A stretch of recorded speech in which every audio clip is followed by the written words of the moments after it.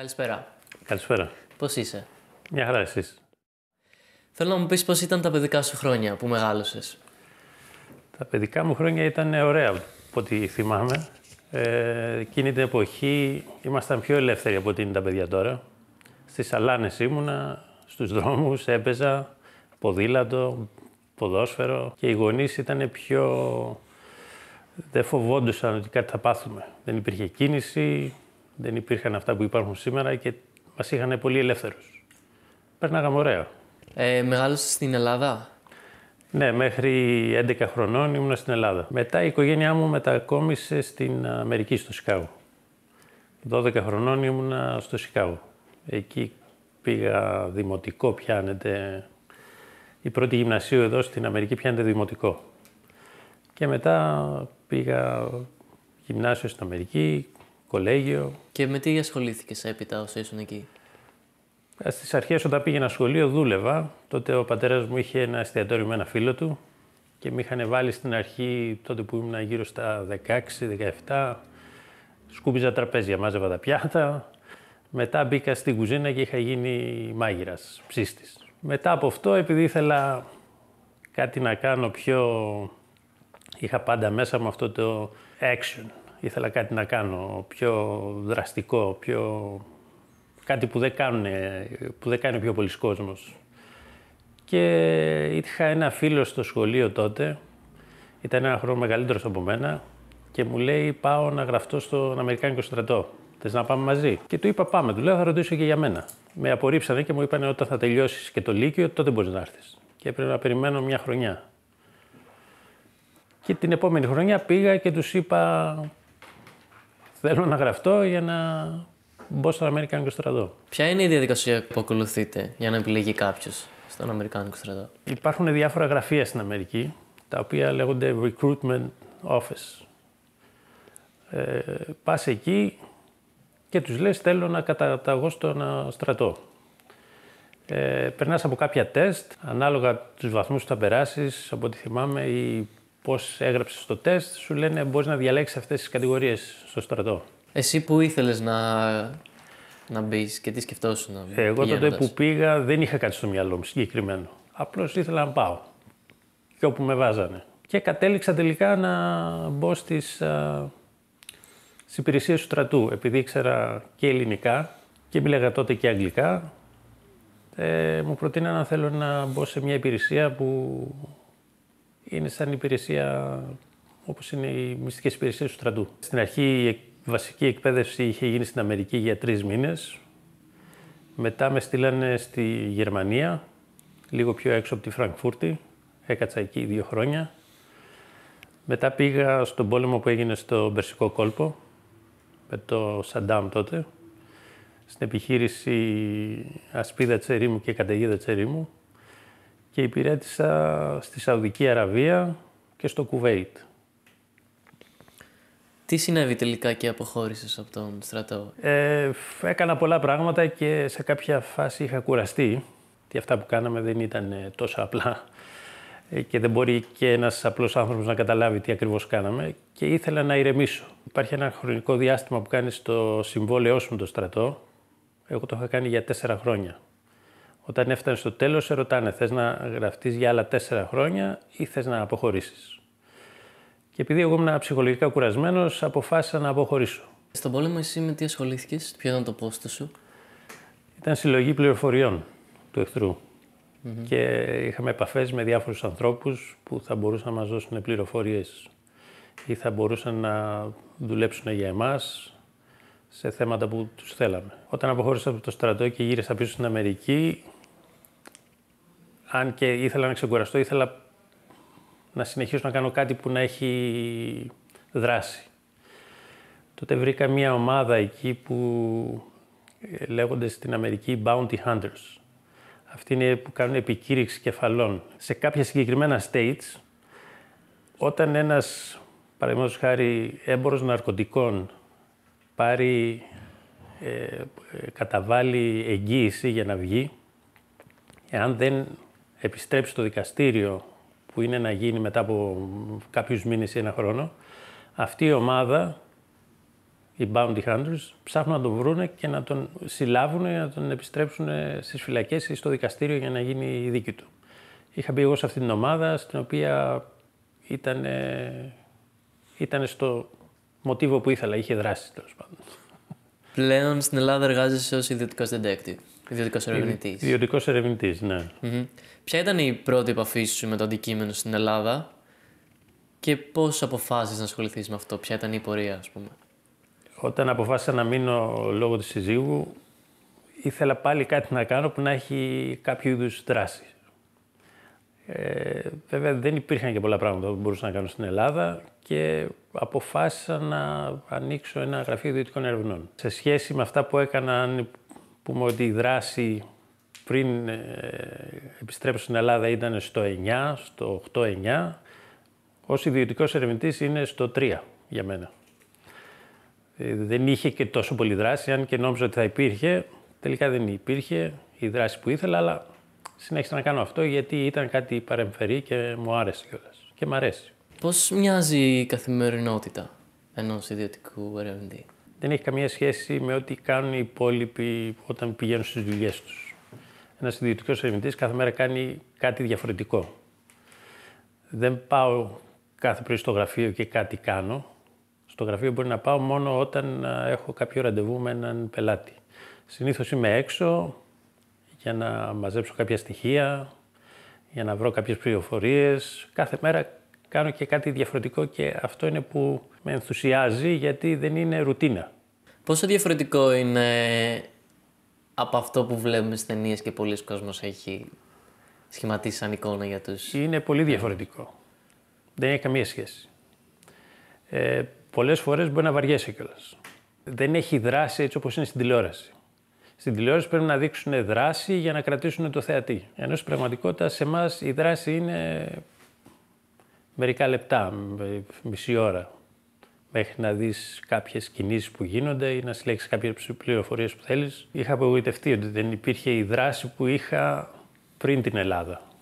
Γιατί όπως είπα προηγουμένως, η δράση μου πριν την Ελλάδα ήταν στο 8-9. Καμιά φορά μπορεί να χτυπάει και 10. Ποιες στιγμές χαρακτηρίζεται ως 10, ας πούμε, στο... 10 χτύπησα όταν μας επιτέθηκαν, μας πυροβολούσαν και έσπασα το πόδι μου και έπρεπε να πάω στο νοσοκομείο μέσα στην έρημο και μου βάλανε 2 σίδερα και 8 βίδες. Εκεί ήταν 10 η δράση.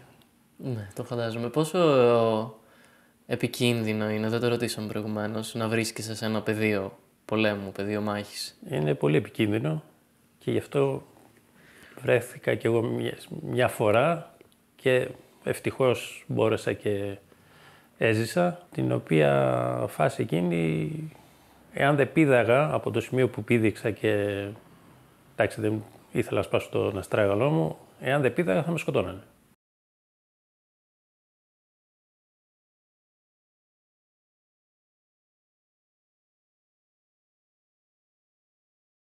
Ποιες είναι οι πιο συνηθισμένες υποθέσεις που αναλαμβάνετε?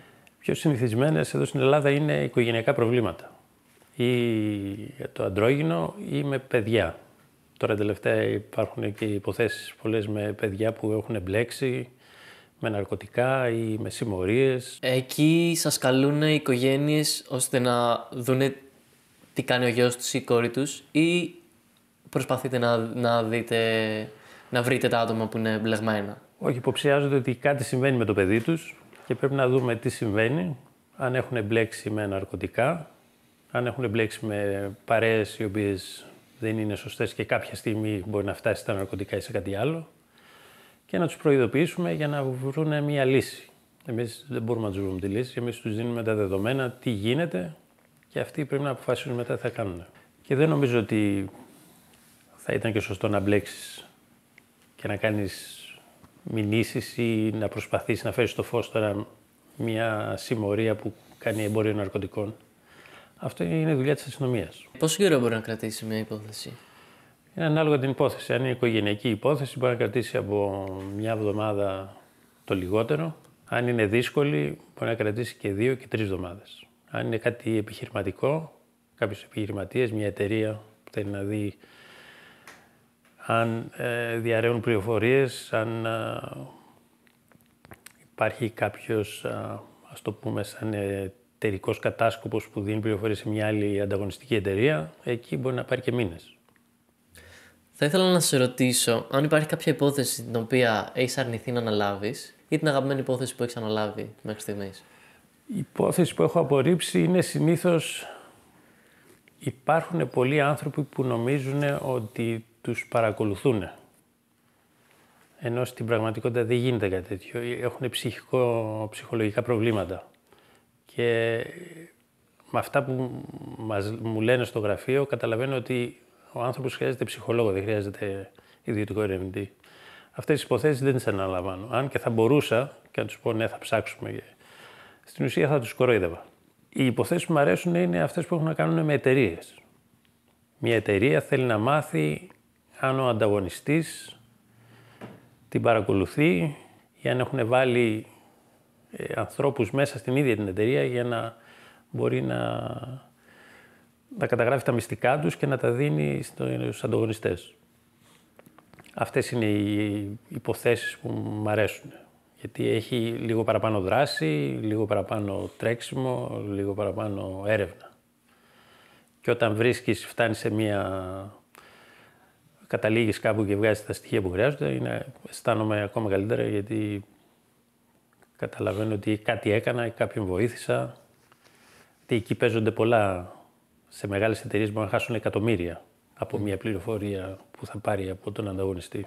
Μπορείς να μοιραστείς κάποια ιστορία από κάποια δύσκολη ή περίεργη υπόθεση ή κάποια υπόθεση που το αποτέλεσμα σε εξέπληξε, σε τρόμαξε? Η υπόθεση που είχα εκπλαγεί ήταν, βέβαια τώρα είναι συνηθισμένο, αλλά ήταν η πρώτη φορά που μου είχε συμβεί, στις αρχές που είχα ξεκινήσει το γραφείο. Ήταν μια υπόθεση όπου ψάχναμε να βρούμε τι κάνει η σύζυγος κάποιου πελάτη και τη βλέπαμε συνέχεια με μια φίλη της.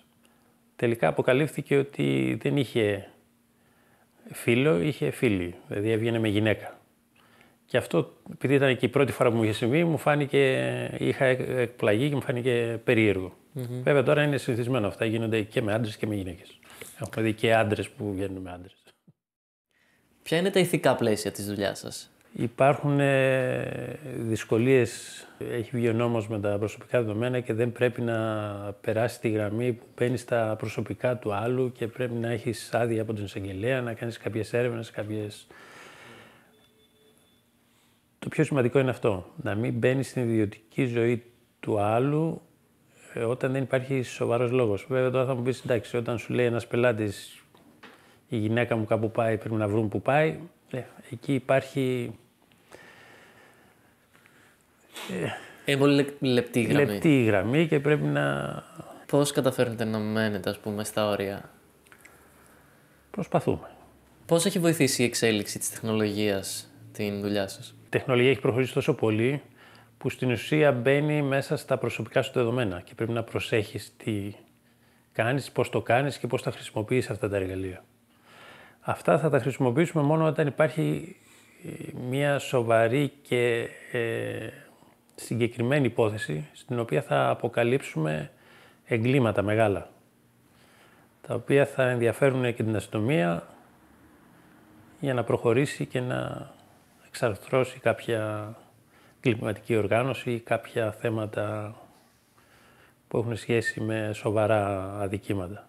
Εκεί χρησιμοποιείς κάποια εργαλεία τα οποία δεν μπορούμε να τα χρησιμοποιήσουμε για οικογενειακές περιπτώσεις. Γιατί στην ουσία με αυτόν τον τρόπο, με αυτά τα εργαλεία και την τεχνολογία που χρησιμοποιείς, μπαίνει στην ιδιωτική τους, στα προσωπικά τους δεδομένα. Τι εργαλεία, ας πούμε, είναι, μπορούμε να μιλήσουμε? Υπάρχουν εργαλεία που μπορούν να παρακολουθήσουν το κινητό σου. Αυτό είναι το πιο σοβαρό. Τώρα ο τρόπος που γίνεται δεν μπορώ να σας εξηγήσω. Εκεί που έχει φτάσει η τεχνολογία σήμερα, εάν μπορείς να παγιδεύσεις το κινητό κάποιου, δεν χρειάζεται να κάνεις τίποτα άλλο. Από εκεί θα μάθεις τα πάντα. Για σκεφτείτε τι είπατε όλη μέρα σήμερα στο κινητό σας, με ποιους μιλήσατε, τι γράψατε, τι είπατε, τι θα μάθει κάποιος μόνο από σήμερα. Καταγράφονται και πού βρίσκεσαι, πού πήγες, τι ώρα γύρισες, πόσο γρήγορα πήγες. Ναι. Εγώ το λέω αυτό επειδή ήμουνα και στρατιωτικός, είναι η ατομική βόμβα σε μια υπόθεση. Το βλέπω σαν αναλαμβάνω μια υπόθεση και πάω στον πόλεμο. Χρησιμοποιώ κάποια εργαλεία για να βγάλω κάποια συμπεράσματα και κάποιες πληροφορίες. Σε αυτόν τον πόλεμο της πληροφορίας που πάω, αν έχω αυτή την τεχνολογία, για μένα στο μυαλό μου είναι σαν την ατομική βόμβα. Τη ρίχνω και τελείωσε. Έμαθα τα πάντα. Πολύ γρήγορα και σε μικρό χρονικό διάστημα. Γίνεται να μοιραστείς κάποιους από τους τρόπους που χρησιμοποιείς για να κάνεις παρακολούθηση? Όχι, αυτό δεν γίνεται. Το φαντάστηκα. Μπορεί κάποιος να σε παρακολουθεί? Υπάρχει καθόλου αυτό το συναίσθημα? Παλιότερα που είχα κάποιες υποθέσεις, ναι. Υπάρχουν κάποιοι τρόποι που μπορεί κάποιος να αντιληφθεί αν τον παρακολουθούν. Είναι μια τεχνική που λέγεται SDR. Surveillance Detection Route. Πριν πας να συναντήσεις μια πηγή, ένα παράδειγμα, σας πω τώρα μια πηγή, ας υποθέσουμε ότι είναι η συνάντηση στις 3 ώρα το μεσημέρι, εσύ ξεκινάς από τις 12 και κάνεις διάφορες διαδρομές, τις οποίες θα δυσκολέψουν αυτούς που σε παρακολουθούν και εσύ θα μπορέσεις να τους αντιληφθείς. Θα ξεκινήσεις με αυτοκίνητο, θα πας σε κάποια σημεία με το αυτοκίνητο στα οποία θα είναι πολύ εύκολο να αντιληφθείς ότι κάποιος σε παρακολουθεί. Θα αφήσεις το αυτοκίνητο, θα πάρεις λεωφορείο, θα αφήσεις το λεωφορείο, θα πάρεις ταξί, θα πας με τα πόδια, θα περάσεις από περιοχές οι οποίες είναι κυκλοφορείς μόνο εσύ. Υπάρχουν κάποια σημεία, τώρα δεν μπορώ να τα εξηγήσω on camera, στα οποία μπορείς πολύ εύκολα να καταλάβεις αν κάποιος σε παρακολουθεί. Μπορεί να είσαι σε έναν δρόμο που δεν έχει κίνηση και είσαι μόνος σου. Μπορεί να υπάρξει τυχαία ένα άτομο πίσω σου. Σε μια στροφή που θα κάνεις και θα ανέβεις μια σκάλα για να περάσεις, παραδείγματος χάρη σκαλιά, για να περάσεις πάνω από τον ηλεκτρικό από την άλλη πλευρά, μπορείς να δεις ξεκάθαρα ποιος είναι αυτός που έρχεται και να εστιάσεις επάνω του για αρκετό χρονικό διάστημα για να πάρεις τα χαρακτηριστικά του και να δεις τι φοράει, ποιος είναι. Και σε εκείνο το σημείο αυτός δεν μπορεί να συνεχίσει να σε παρακολουθεί, δεν μπορεί να ανέβει και αυτό στη σκάλα.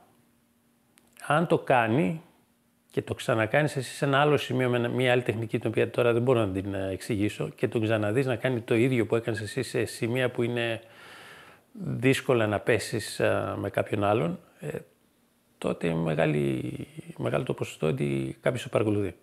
Ποιο κρίνεις ότι είναι το πιο επικίνδυνο πράγμα στη δουλειά σου? Το πιο επικίνδυνο πράγμα είναι να μην ξέρεις τι κάνεις. Γιατί στην Ελλάδα δεν υπάρχει εκπαίδευση. Εάν θέλεις να κάνεις αυτή τη δουλειά, μπορείς πολύ εύκολα να βγάλεις άδεια και να την κάνεις χωρίς να σου ζητήσουν από πού έχεις εκπαιδευτεί και τι ξέρεις. Δεν χρειάζεσαι εκπαίδευση. Και πολλοί άνθρωποι νομίζουν ότι δεν είναι τίποτα, θα βγω έξω και θα κοιτάω πού πάει ο ένας, πού πάει ο άλλος και θα μαζεύω πληροφορίες. Αυτό είναι επικίνδυνο. Ποια είναι η θέση του επαγγέλματος στην Ελλάδα? Ο κόσμος δεν το ξέρει και το επάγγελμα το αντιμετωπίζει ως ένα επάγγελμα που υπάρχουν ειδικοί που κάνουν αυτή τη δουλειά. Υπάρχουν όμως πολλοί που δεν είναι ειδικοί και δεν ξέρουν τη δουλειά. Κανονικά θα έπρεπε, όπως είναι στην Αμερική, υπάρχουν και ιδιωτικές σχολές και μπορείς να πάρεις μαθήματα και στο κολέγιο στην Αμερική για να κάνεις αυτή τη δουλειά. Και όταν πας να βγάλεις άδεια, πρέπει να έχεις ένα χαρτί εκπαίδευσης από που έχεις εκπαιδευτεί, σε ποια σχολή ή σε ποιο κολέγιο, για να κάνεις μετά και τη διαδικασία που χρειάζεται στο συγκεκριμένο state που θες να βγάλεις την άδεια, στο νομό, στο οποίο θα σου δώσουν και αυτοί ένα τεστ να περάσεις. Και αν περάσεις, τότε σου δίνουν την άδεια για να ανοίξεις ένα γραφείο. Ενώ εδώ δεν είναι, τελείως φλού τα πράγματα, ό,τι να είναι. Πώς ξεχωρίζει ένα άτομο με εμπειρία στον χώρο αυτόν από ένα αρχάριο? Ο πελάτης δεν μπορεί να το καταλάβει. Εάν δουλέψεις με κάποιον σε μια υπόθεση, αν παραδείγματος χάρη χρειαστώ τη βοήθεια από ένα άλλο γραφείο και έρθει να με βοηθήσει, μόνο έτσι μπορώ να καταλάβω. Και θα το καταλάβει ένας ειδικός, ένας που ξέρει. Ο πελάτης δεν μπορεί να καταλάβει τίποτα. Εσύ πώς επιλέγεις την ομάδα σου? Δεν μπορώ να σου πω ποιοι είναι. Προφανώς, το φαντάζομαι. Είναι από μια συγκεκριμένη υπηρεσία που χρησιμοποιούμε κάποια άτομα. Ποια είναι η σχέση σας με την αστυνομία? Η σχέση μας είναι καλή. Αν έχεις κάποιους ανθρώπους στην αστυνομία